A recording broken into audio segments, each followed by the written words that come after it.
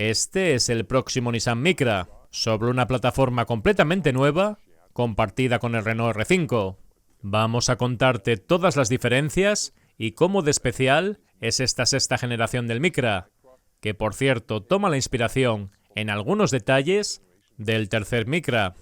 Estos faros redondos vuelven a los orígenes, por así decirlo. Este elemento elíptico hace de hecho también la función de intermitentes. Azul auténtico es el nombre de este color, pero no es el único, y el techo va pintado en negro para hacer contraste. El frontal es bastante redondeado, una vez más evocando al Nissan Micra de tercera generación, un modelo que fue muy popular entre los clientes de Nissan por todo el mundo. Si nos vamos al lateral, comprobamos que mientras que el frontal es muy diferente al Renault 5, el perfil y las dimensiones son casi idénticas. Mide 3 metros y 97 centímetros o 157 pulgadas, y esos son 6 centímetros o 2 pulgadas más que el Renault 5, y es por culpa de las formas de los parachoques. Han colocado en la chapa un nervio, un chamfer muy curioso.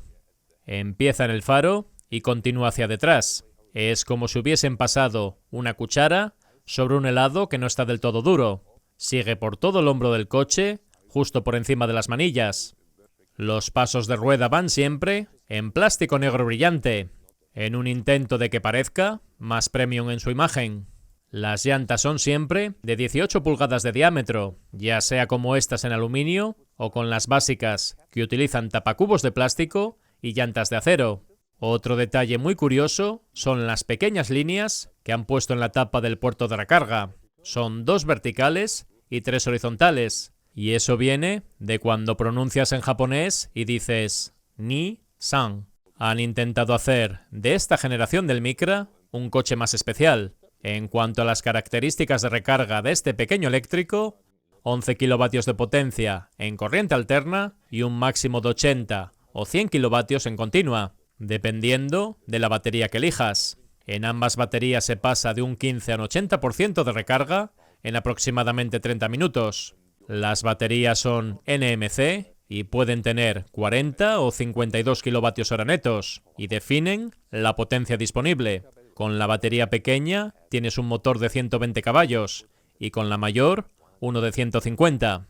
Los cronos de aceleración son 9 segundos u 8 segundos y será suficiente. Son todos tracción delantera y el pilar C es muy interesante, muy robusto, con las manillas integradas para las puertas traseras para simular ser un 3 puertas. Los pilotos son muy únicos y esta sección es donde aparecen los intermitentes. Lo que más me llama la atención es que dentro del piloto hay también una pieza del color de la carrocería y el conjunto resulta simpático y amigable. El nuevo Micra tiene suspensión trasera multibrazo, lo que es, bueno, no muy común para este tamaño de vehículo, y eso garantiza buena dinámica de conducción y buen confort al mismo tiempo. El diseño lo diferencia suficiente del R5. La batería y la tecnología general sí que son idénticas. Veamos si tiene maletero delantero o no. Ahora sí, no, como tampoco lo tiene el R5. Y este elemento es un cargador para la batería de 12 voltios para que no se muera mientras que estamos grabando. Han colocado aislante aquí y Nissan afirma que es silencioso a velocidad de autopista por cómo han aislado el coche. Recientemente hemos conducido el R4 a velocidad alta por autopista y lo que ocurrió es que el aislamiento de los ruidos por debajo era muy bueno, pero los ruidos aerodinámicos eran bastante altos por encima de 120 km por hora. Veremos qué ocurre con este cuando tengamos pronto ocasión de probarlo. La bomba de calor es siempre de serie, independientemente que sea o no un acabado alto o bajo. Como te puedes imaginar, se fabrica en Europa, justo en la planta donde se hace el Renault R5 en Francia. Esta llave de tarjeta es una vieja conocida, porque es la que lleva utilizando Renault desde hace mucho tiempo. No es muy especial, pero sí que resulta cómoda cuando la llevas en el bolsillo. El sonido de cierre, nada demasiado destacable, pero quizás un poco mejor que en el Renault R4. Por cierto, que este pilar B es en plástico negro brillante porque es el acabado más alto. En las demás versiones son plástico mate, como esta moldura, y es el único detalle diferente entre versiones. En la cara interna encontramos plásticos duros, pero con algo de textura. Para este acabado que se llama Sport, utilizan piel sintética en todo este panel, pero todo lo demás es muy básico y barato, sin ningún mullido para el codo. El volante en contraste es bastante atractivo, con aro plano y con perforaciones en la piel sintética de muy alta calidad. El botón para los modos de conducción está en el volante y en el modo Eco hay unos datos curiosos. Potencia reducida a 67 caballos y 110 km por hora de velocidad máxima limitada, así que el modo Eco reduce la potencia significativamente y también la velocidad máxima. Recientemente probé el R4, puse el modo Eco cuesta arriba y no pasaba nada y estaba a fondo, no subía bien. Reduce drásticamente la potencia para una mayor eficiencia, pero es mejor que conduzcas todo el tiempo en el modo confort. Para desactivar los sistemas de asistencia, se toca aquí 2 veces y se entra en el modo personal, donde puedes memorizar tus preferencias. La mayoría de los sistemas de asistencia y los avisos son obligatorios por ley, pero puedes decirle que no quieres el aviso cuando te pasas en 1 kilómetro del límite de velocidad, o quizás el mantenimiento del carril. Van a volver a estar activados cada vez que arranques, pero al menos lo tienes memorizado y resulta fácil llegar a ello. Los asientos son bastante voluminosos y con cierto carácter deportivo. Para este acabado Sport, la combinación de tela azul y piel sintética resulta moderna y bastante atractiva. Estos son sin duda más fáciles de limpiar, pero los otros más básicos de tela serán más transpirables. Te enseño cómo son los asientos del acabado confort con tapizados en negro. Son buenos asientos, pero para gente alta tienen limitaciones. Por ejemplo aquí, mis hombros están más altos que el respaldo. Es evidente que yo mido 1,89 m. Si no tienes unas piernas tan largas como yo, será más cómodo, porque cuando cierras la puerta, el espacio que me queda entre la columna de dirección y la puerta es limitado. Lo mismo ocurre con la rodilla derecha, entre la consola central y el mando del audio. Para altos no es óptimo. Algo importante es que ofrece iPedal. Hay diferentes modos de conducción que se muestran en la instrumentación, y si mantienes pulsado, entra en conducción pura con un solo pedal. El salpicadero es como en el R5, con un bonito aplique de piel sintética del lado del pasajero. En el resto de versiones va en tela. Lo curioso es que aquí es muy suave y mullido, y me pregunto por qué es así aquí, y sin embargo duro para los codos a ambos lados. Cuenta con algo de iluminación ambiental y se cambia de color en función del modo de conducción seleccionado. La parte digital es como la de Renault, con 10 pulgadas, tanto la central como la instrumentación. No hacen lo mismo que Renault, que empiezan con una instrumentación de 7 pulgadas. Aquí siempre es la más grande. Otra curiosidad está en el mando para seleccionar la marcha, cuyo diseño está inspirado en el recipiente de una barra de labios. Lleva muchos mandos, limpias, intermitentes y todo este módulo para manejar el sistema de audio. Por su parte, la guantera tiene apertura amortiguada y resulta bastante espaciosa para un coche tan pequeño como este. La consola es de plástico duro y encontramos esta zona donde han colocado un diagrama del monte Fuji, como también veremos en el maletero. Aquí va la llave y después una bandeja de recarga inductiva que no está ventilada. Finalmente 2 USB de recarga y el freno de mano electrónico. Este hueco se supone que es portabebidas, pero no es muy adaptativo, y el reposabrazos poco mullido. El hueco por debajo tampoco es demasiado bueno, pero lo que sí son buenos son los mandos del clima. Demasiados fabricantes eliminan los botones, pero también hay otros que están volviendo a ello. Sobre la pantalla central hay botones para subir y bajar el volumen, y otro para apagar la pantalla por si quizás te molesta al conducir de noche. El resto de funciones ocurren en la pantalla, como por ejemplo el cálculo de ruta optimizado. Pones un destino y te calcula las paradas de recarga necesarias.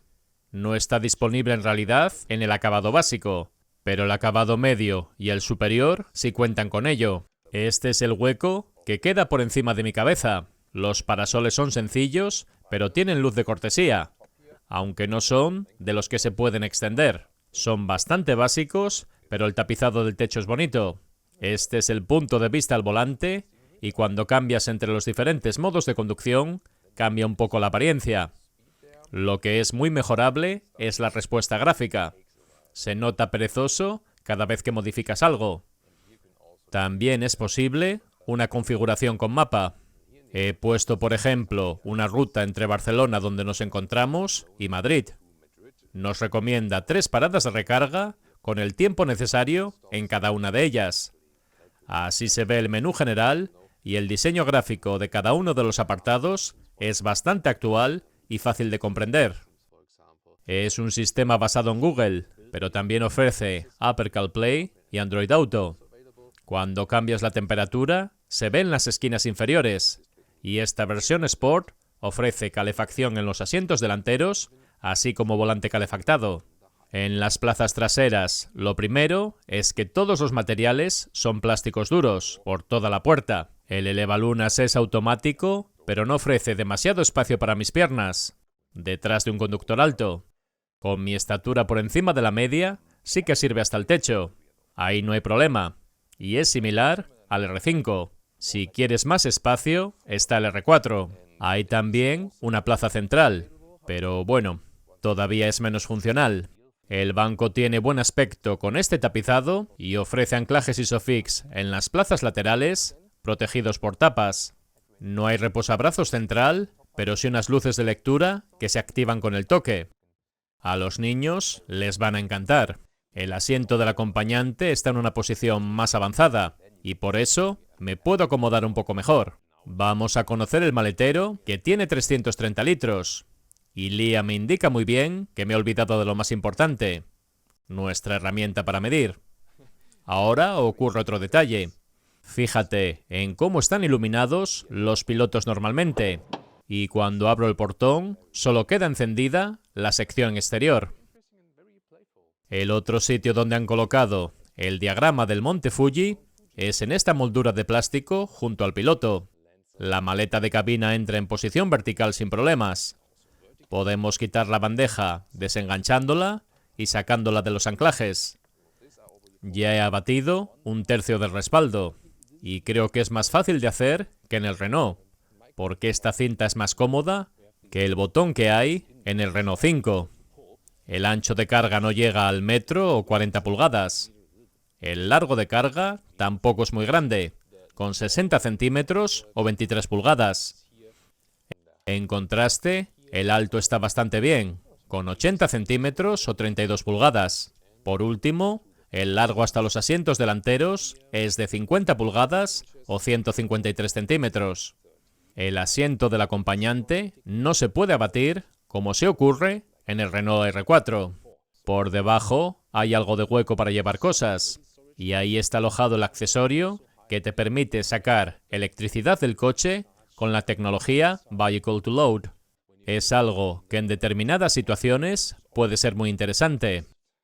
Ahora Lía nos va a enseñar cómo se coloca este accesorio, que esencialmente convierte al coche en una batería gigante con un enchufe. Simplemente hay que abrir el puerto de recarga e insertarlo. Pero a diferencia de un enchufe normal de casa, este hay que activarlo. Tarda un poco, pero ahí está. La velocidad máxima es de 150 km por hora o algo más de 90 millas por hora. Pero si conduces a esos ritmos, la autonomía se reducirá notablemente. Una autonomía realista puede ser de algo más de 300 kilómetros o alrededor de las 200 millas, y variará según tu uso. El precio, el Renault R5 empieza en 25.000 euros y llega a los 37.000 con acabado alto y batería grande. Pese a que los precios oficiales no están fijados, se moverán en ese rango. Ahora te recomiendo las pruebas del Renault 5 y el Renault 4.